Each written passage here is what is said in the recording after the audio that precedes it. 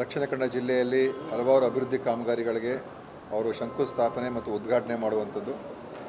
ಭಾಳ ಮುಖ್ಯವಾಗಿರುವಂಥದ್ದು ಅಲ್ಲಿರುವಂಥ ಜಿಲ್ಲಾ ಕಚೇರಿ ಏನಿದೆ ಅದು ಮುಖ್ಯಮಂತ್ರಿಯವರೇ ಹಿಂದಿನ ಅವಧಿಯಲ್ಲಿ ಅದಕ್ಕೆ ಶಂಕುಸ್ಥಾಪನೆ ಹಾಕಿ ಈ ಅವಧಿಯಲ್ಲಿ ಅವರೇ ಉದ್ಘಾಟನೆ ಮಾಡ್ತಾ ಇರತಕ್ಕಂಥದ್ದು. ಭಾಳ ಒಂದು ಭವ್ಯವಾದಂಥ ಒಂದು DC ಕಚೇರಿಯಲ್ಲಿ ನಿರ್ಮಾಣ ಆಗಿದೆ.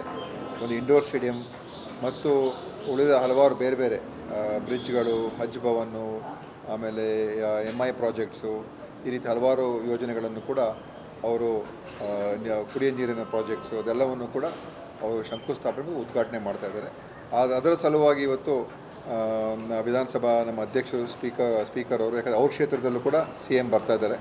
ಅದಕ್ಕೆ ಪೂರ್ವಭಾವಿಯಾಗಿ ಆ ಕಾರ್ಯಕ್ರಮ ಹೇಗೆ ನಡಿಬೇಕು ಮತ್ತು ವಿಶೇಷವಾಗಿ ಅಲ್ಲಿ ಒಂದು ಕೋಡಿ ಡ್ರೈವನ್ನು ಮಾಡಿ ಸುಮಾರು 5,000ಕ್ಕಿಂತ ಹೆಚ್ಚು, ಅಂದರೆ ಒಂದು ನಮ್ಮ ಟಾರ್ಗೆಟ್ ಇರೋದು 10,000, ಈಗಾಗಲೇ 5-6 ಸಾವಿರ ಆಗಿದೆ. ಅಷ್ಟು ಜನರಿಗೆ ಅವತ್ತು ಅವರಿಗೆ RTC ಕೊಡುವಂಥ ಕಾರ್ಯಕ್ರಮ ಕೂಡ ಅಲ್ಲಿ ಮಾಡ್ತಾಯಿದ್ದೀವಿ.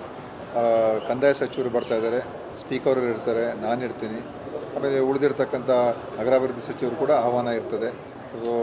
ಒಳ್ಳೆಯ ಒಂದು ಕಾರ್ಯಕ್ರಮ ದಕ್ಷಿಣ ಕನ್ನಡ ಜಿಲ್ಲೆಯಲ್ಲಿ ಅಭಿವೃದ್ಧಿಯ ಪಥದಲ್ಲಿ ದಕ್ಷಿಣ ಕನ್ನಡ ಜಿಲ್ಲೆಯನ್ನು ತೊಗೊಂಡು ಹೋಗ್ತಕ್ಕಂಥದ್ದಕ್ಕೆ ಮುಖ್ಯಮಂತ್ರಿಯವರ ವಿಶೇಷ ಒಂದು ಪೂರ್ತಿ ದಿವಸದ ಭೇಟಿ.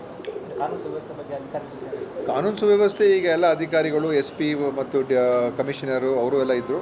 ಅಲ್ಲಿ ಎಲ್ಲವನ್ನು ಕೂಡ ನಾವು ಬಂದೋಬಸ್ತ್ ಮಾಡ್ಕೊಂಡು ಇಟ್ಕೊಂಡಿದ್ದಾರೆ, ಅಲರ್ಟ್ ಆಗಿದ್ದಾರೆ. ಯಾರ್ಯಾರು ಒಂದು ಪ್ರಚೋದನಕಾರಿಯ ರೀತಿಯಾಗಿ ಸೋಷಿಯಲ್ ಮೀಡಿಯಾದಲ್ಲಿ ಹಾಕ್ತಾ ಇರುವಂಥದ್ದು ಅಥವಾ ಹೇಳಿಕೆಗಳು ಕೊಡ್ತಾ ಇರ್ತಕ್ಕಂಥದ್ದು ಅವ್ರ ಮೇಲೆಲ್ಲ ಕ್ರಮಗಳು ತೊಗೊಳ್ತಾ ಇದ್ದಾರೆ. ಮತ್ತು ಜನರಲ್ಲಿ ಒಂದು ವಿಶ್ವಾಸವನ್ನು ಮೂಡಿಸ್ತಕ್ಕಂಥ ರೀತಿಯಲ್ಲಿ ಪೊಲೀಸ್ ಇಲಾಖೆ ನಿಷ್ಪಕ್ಷಪಾತವಾಗಿ ಕೆಲಸ ಮಾಡ್ತಾಯಿದೆ.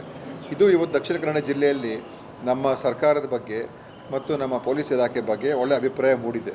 ಅಂದರೆ ನಾವು ಯಾರ ಪರವಾಗೂ ಇಲ್ಲ, ಯಾರು ತಪ್ಪು ಮಾಡ್ತಾರೆ ಅವ್ರಿಗೆ ನಾವು ಶಿಕ್ಷೆ ಕೊಡ್ತಕ್ಕಂಥದ್ದಕ್ಕೆ ಹಿಂದೇಟು ಹಾಕೋದಿಲ್ಲ. ಮತ್ತು ಕಾನೂನು ಸುವ್ಯವಸ್ಥೆ ಕಾಪಾಡೋದಕ್ಕೆ ಏನೇನು ಕ್ರಮಗಳು ತೊಗೊಳ್ಬೇಕು ಅದು ನಮ್ಮ ಸರ್ಕಾರ ಜವಾಬ್ದಾರಿಯುತವಾಗಿ ನಡ್ಕೊಳ್ತಾ ಇದೆ ಅಂತ ದಕ್ಷಿಣ ಕನ್ನಡ ಜಿಲ್ಲೆಯ ಜನರಿಗೇ ಅಭಿಪ್ರಾಯ ಬಂದಿದೆ. ಮತ್ತು ಅದನ್ನು ನಾವು ಇನ್ನೂ ಹೆಚ್ಚು ಆ ಬಾಂಧವ್ಯ ಮತ್ತು ಒಳ್ಳೆಯ ಸೌಹಾರ್ದತೆಯನ್ನು ಬೆಳೆಸೋದಕ್ಕೆ ಮುಂದೆ ಇನ್ನೂ ಕ್ರಮಗಳು ತೊಗೊಳ್ಬೇಕು. ಯಾಕಂದರೆ ಸೌಹಾರ್ದತೆ ಮುಖ್ಯ, ಶಾಂತಿ ಮುಖ್ಯ. ಅದನ್ನು ಸ್ಥಾಪನೆ ಮಾಡ್ತಕ್ಕಂಥದ್ದಕ್ಕೆ ನಮ್ಮ ಈ ಜಿಲ್ಲೆಯಲ್ಲಿ ಏನೇನು ಮುಂದಿನ ಕ್ರಮಗಳು ತೊಗೊಳ್ಬೇಕು ಅದ್ರ ಬಗ್ಗೆಯೂ ನಾವು ಖಂಡಿತವಾಗಿಯೂ ಅದಕ್ಕೆ ಹೆಚ್ಚು ಆದ್ಯತೆ ಕೊಡ್ತಕ್ಕಂಥದ್ದಕ್ಕೆ ನಾವು ಈಗ ಆಲೋಚನೆಗಳು ಮಾಡ್ತಾಯಿದ್ದೀವಿ. ಅದು ರಾಜಕೀಯವಾಗಿ ಬಳಸ್ಕೊಳ್ಳೋದಕ್ಕೆ ಇರುವಂಥ ಶಕ್ತಿಗಳಿವೆ, ಸಂಘಟನೆಗಳಿವೆ. ಏನು ಧರ್ಮ ಆಧಾರಿತ ಸಂಘಟನೆಗಳಿದು. ಮತ್ತು ಅವರೇನು ಮಾಡ್ತಾಯಿದ್ದಾರೆ, ಇಂಥ ಘಟನೆಗಳಾದಾಗ ಅವರ ಲಾಭಕ್ಕೋಸ್ಕರ ಅದನ್ನು ಬಳಸ್ಕೊಳ್ಳೋದಕ್ಕೆ ಭಾಳ ಪ್ರಯತ್ನ ಮಾಡ್ತಾರೆ. ಅದು ಇವತ್ತು ನಾವು ನೋಡಿದ್ದೇವೆ, ಕಳೆದ ಪ್ರಕರಣದಲ್ಲೂ ಕೂಡ ಯಾವ ರೀತಿ ಅವ್ರು ಪ್ರಯತ್ನ ಮಾಡಿದ್ರು. ಇಡೀ ರಾಜ್ಯದ ಎಲ್ಲ ಮುಖಂಡರುಗಳನ್ನು ದಕ್ಷಿಣ ಕನ್ನಡ ಜಿಲ್ಲೆಗೆ ಅಲ್ಲಿಗೆ ಬರೋ ಥರ ಮಾಡಿಕೊಂಡ್ರು.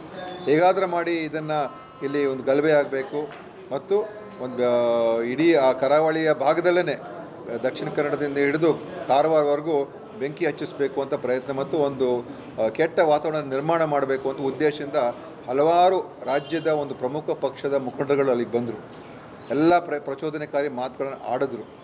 ಆದರೆ ಜನ ನಮ್ಮ ನಡವಳಿಕೆಯನ್ನು ನೋಡಿದ್ದಾರೆ. ನಮ್ಮ ನಡೆ, ನಮ್ಮ ಕೆಲಸ ಕಾರ್ಯಗಳು ನೋಡಿ ಜನ ನಮ್ಮ ಸಿದ್ದರಾಮಯ್ಯವರ ಸರ್ಕಾರ ಇದು ಸ್ಪಷ್ಟ ಹೆಜ್ಜೆಗಳಿಟ್ಟಿದೆ. ಪೊಲೀಸ್ ಇಲಾಖೆ ದಿಟ್ಟ ಒಂದು ಕ್ರಮಗಳು ತಗೊಂಡಿದೆ ಮತ್ತು ತಪ್ಪಿತಸ್ಥರನ್ನು ಬಂಧಿಸಿದ್ದಾರೆ. ಯಾರನ್ನು ಕೂಡ ನಾವು ಉಳಿಸೋದಿಲ್ಲ ಅಥವಾ ರಕ್ಷಣೆ ಕೊಡೋದಿಲ್ಲ ಅಂತಲೂ ಕೂಡ ನಮ್ಮ ಸ್ಪಷ್ಟವಾದಂಥ ಸಂದೇಶ ಹೋಗಿರೋದ್ರಿಂದ ಇವರ ಬೇಳೆಕಾಳು ಬೇಯಲಿಲ್ಲ. ಮತ್ತು ಇದರಿಂದ ಏನು ಉದ್ದೇಶ ಇತ್ತು, ಹೇಗಾದರೂ ಮಾಡಿ ಇಲ್ಲಿ ಒಂದು ಕೆಟ್ಟ ಒಂದು ಉದ್ರಿಕ್ತವಾದಂಥ ವಾತಾವರಣ ನಿರ್ಮಾಣ ಮಾಡಬೇಕು ಅಂತ ಒಂದು ಪ್ರಯೋಗ ಮಾಡೋಕ್ಕೆ ಹೊರಟಿದ್ರು, ಅದು ವಿಫಲ ಆಯಿತು.